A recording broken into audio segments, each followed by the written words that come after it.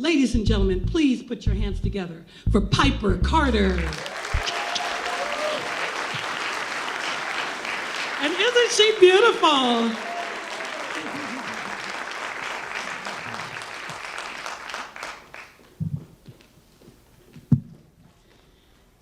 So it's 2008, and I live in New York City, and I am a successful fashion photographer. I'm living this awesome life. I hang out with celebrities, I'm on the red carpet, and I'm living my dreams. And I get a call from my mother, and she says, I've had a heart attack, and I'm on my way to the hospital. So I immediately just buy a plane ticket. I don't even pack a bag or anything. I just get on the plane, I come to Detroit, I meet her at the hospital, and we meet with the doctors. They tell us it's gonna be a routine procedure. It'll probably be about a month. I'll probably need to stay and help her get dressed, eat, that kind of thing, and that should be it. And so she ends up going into the operating room. I go to the waiting room, and the procedure takes about 8 hours. And so I'm there, and after about 8 hours, the little buzzer they give you to tell you that your loved one is like ready. So the receptionist is like, yeah, you can go upstairs and go see her now. She's in the ICU. And so I go upstairs, I get in the elevator, and as I'm getting off the elevator, I see her doctors getting on the elevator, and they look really shook, and scared. And they're like, we're so sorry. And I brace myself, because I'm thinking they're gonna be like, oh, she's dead, And they told me that she's in a coma. So I'm like, okay. So they lead me to her room in the ICU, and I go in there and I see her. She's all hooked up to all these machines and everything, and it's me, my grandmother, our family's there, and I'm there with her, every day, and the doctors are just like, look, we don't know what happened. And so it ends up being about a week that she's in the coma, and so every single day, you can't stay 24/7 in the ICU. Right? They make you go home at night type of thing. But I was there with my grandmother literally every single day from the time all the visiting hours time. And so I told the nurses, no TV, and I would whisper this mantra in her ear. And it was like, I'm okay, it's okay, I love you. I'm okay, it's okay, I love you. And I'm just whispering this like over and over and over. And after about a week, the doctors started to see like a little movement from the machine. So they call all the other doctors, like these 10 other, doctors, like rush in, like she's coming to, she's coming to. And as soon as my mother starts to come to, the first thing she says is, I'm okay, it's okay, I love you. And like this tear just like comes down the side of her face. And like, I look at the doctors and like they look at me and they look at my grandmother and everybody's just like, we just keep it moving, right? So they move her into like her regular hospital room, and she's there in the regular hospital. I wanna say maybe like 5-6 months that she's in the hospital. And so I still have not gone back to New York City, right? Like I've still just been with her every single day, because she had lost her full sight and her full memory after being in this coma for about a week. And so I ended up, she didn't, remember, she had to learn all over again her life, right? So she had to learn again that her father had died, and her father died in like 1972 or 74. And so she had to relive that again, right? And her brother died in like 1992. So she had to relive that again. And so every day that I would be with her, she'd be like, who are you? And I'd be like, I'm your daughter. And she'd be like, I got a daughter? And I'd be like, yeah. And she'd be like, damn. And then she'd say, well, how old are you? So at the time, I was like 38. So I say, I'm 38. Damn, I'm that old? And So every day, I'm feeding her back these memories, right? And at first, it was like every 5 minutes. And literally every single time I walk into let's say like we have this whole conversation, right? And I tell her that she went to Eastern High School, right? And Miller Junior High, and that she was from Black Bottom, and that her father, who he was, and we would just, I was just going back over her life with her. And I would go get something to drink, and I would come back, and she'd be like, "Who are you?" So it was like that for like months and months, right? And it was interesting because I became her healer and she became mine. And so all this time, like I literally had not even gone back to New York City. I was just going to the hospital every single day. So finally, she was able to go to the inpatient rehab and then the outpatient rehab. And so she got home, and then eventually I was able to get her a caregiver. And that was awesome because I was able to, kind of get out in the world and things, right? So right at the time during that 8 hours period that I had been in the waiting room during her operation, I had gotten a phone call from this dream client. And the dream client, my mom's upstairs getting this operation, and the client's like, we want you to be our top production person and photographer, and this job is like pays like goo gobs of money. It's travel. It's I'd be the boss. I get to call the shots, and it's just everything. It's like everything you'd ever want. And so, I talked to my family and friends about it, and everyone's like, "You got to go for that. It's a once in a lifetime, opportunity. You'll probably never get that again." And as I was, I was thinking about it. And as I'm thinking about it, I thought, you know what? The Creator will bless me with more opportunities, but I'll never get another mother. And so I decided to stay and take care of my mother. And so with that decision, thank goodness that I had saved up all my money, because medical expenses are expensive. And so I had literally had enough money to saved up to live off of for a couple of years. And so that's basically, what I did. So as my mom gets better, let's say it's like 6-7 months, something like that. So I'm able to kind of get out a little bit, right, and experience Detroit a little bit. And so I have this really close family friend, if you know Sundiata Mausi. And he's like, "Yeah, I want you to meet this brother, DJ Dez from Slum Village." And so I meet DJ Dez, and we kind of kick it because I'm like a record nerd. And so we're just like kicking it on like all this awesome, records and stuff. And he's like, "I got this place, where you should go."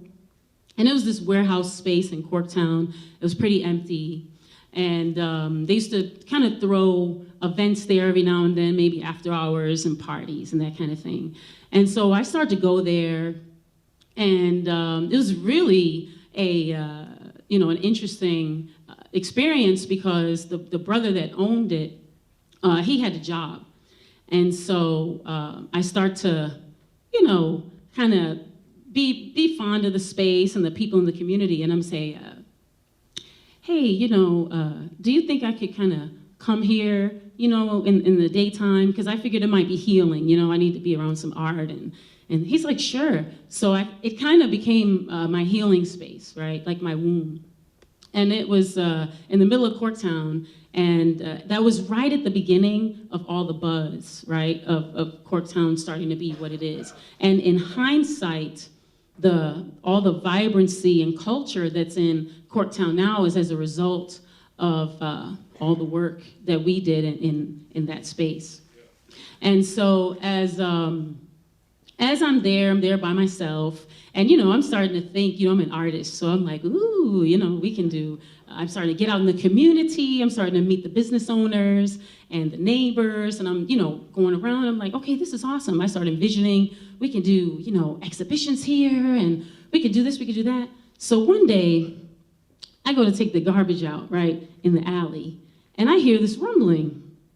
And so I see these two little kids, maybe like 10, 11 years old. And I'm like, hey. And they jump, they get ready to run. So I notice that they're Latino. So I speak my little like Spanglish to them, right? Like, vete ahorita, bang. And they look like, hey, this brown lady is speaking Spanish, okay. So they kind of turn around and look at me. And I'm like, bang, bang, bang. And so they come in. I'm like, what are you, it's 12 o'clock. Like, why are you not in school? And they're like, we're kicked out. So I'm like, oh man, for how long? And they're like, for good. And I'm thinking, like, you're 10 and 11. Like, what are you doing kicked out of school for good? Like, what did you do? And they're like, we were writing on the walls. And I'm like, they kicked you out of school, like, for good, for writing on a wall? Really? Okay, they think that's a good idea. All right. So I say, well, what are you going to do for school? And they're like, well, we're supposed to be going to internet school, but I don't have a computer, and, my mom's not home. So they were just kind of in the streets. So I'm like, okay. So I have Faygo, all right? So I'm like, you want some Faygo? And I bring him in to get some Red Pop Faygo. And I, start talking to him. And I say, listen, I got a computer. What if you came here and do your schoolwork, right? Like every day. And then maybe I could kind of help you out with that art thing that you might be interested in. And so they're like, all right, cool. And so they start to come, every day. And so I help them, with their schoolwork and everything. And we kind of develop a little bit of like mentor friendship. And so, after a while, I'm buying them markers and Sharpies and stuff, and like those art books, the blank art books, and they're practicing and, telling me how much they love graffiti. And so I'm taking them for walks, like around the neighborhood and everything. So we're going for walks, and, I'm showing them about art, and we're having these wonderful art conversations. I'm talking about sacred geometry and nature and this type of thing. And these are like pretty cool kids, right? So the first time that I go to take them on Michigan Avenue, like they stop, like deer in headlights, like, like we can't go there. And I'm like, well, why not? Oh, no, we're not allowed to go on Michigan Avenue because that's white folks. White folks won't let us, go there. And I'm like, sweetie, you're the indigenous people of this land. The white folks are supposed to ask you permission to build on your land. They like, kind of were intrigued by that. Like, yeah, okay. So we'd go around, walking around the neighborhood. They'd be like, yeah, it's mine, this mine, all this mine, right? And so we're like, all right, that's what's up. So, so after some time passed, we're kicking a little bit. So, I'm like, hey, what are your dreams? Like, what do you dream? And then they tell me they don't have any dreams. And I'm like, oh my goodness, you're 10 and 11. What do you mean you don't have dreams? And I'm like, here I am. I'd been living all of my dreams for like 20 years. And here these little boys were, they thought they didn't even deserve to have dreams. And I was like, wow, like, I gotta do something about that. Like, you've got a dream, And so time passes, and I wanna say maybe like a month passes, right?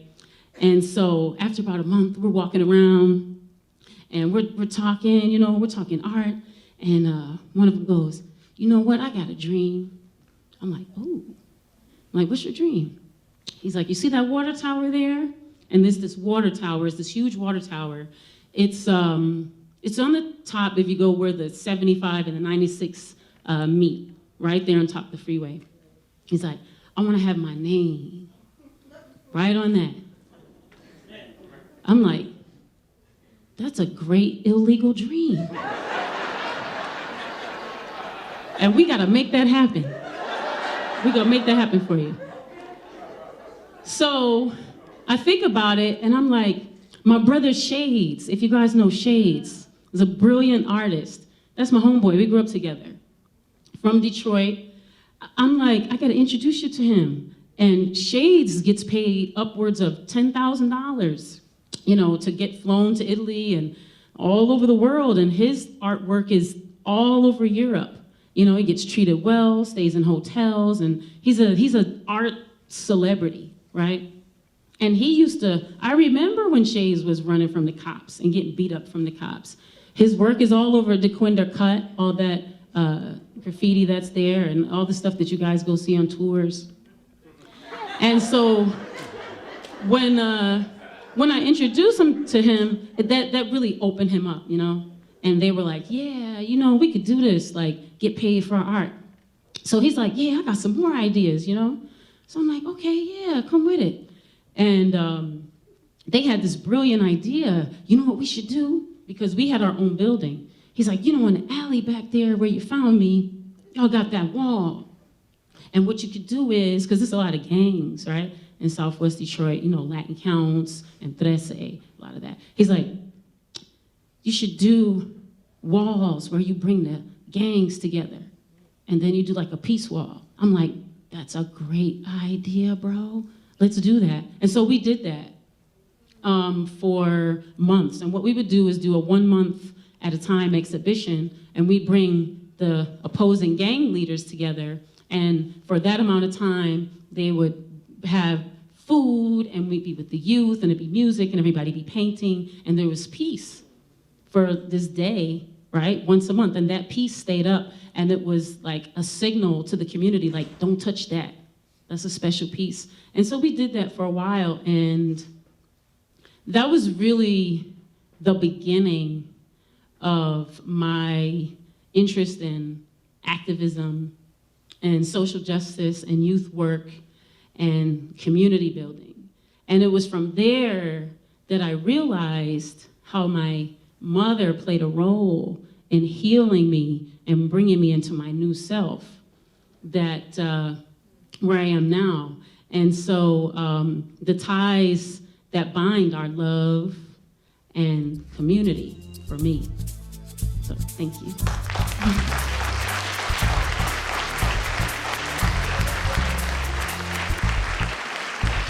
Piper Carter.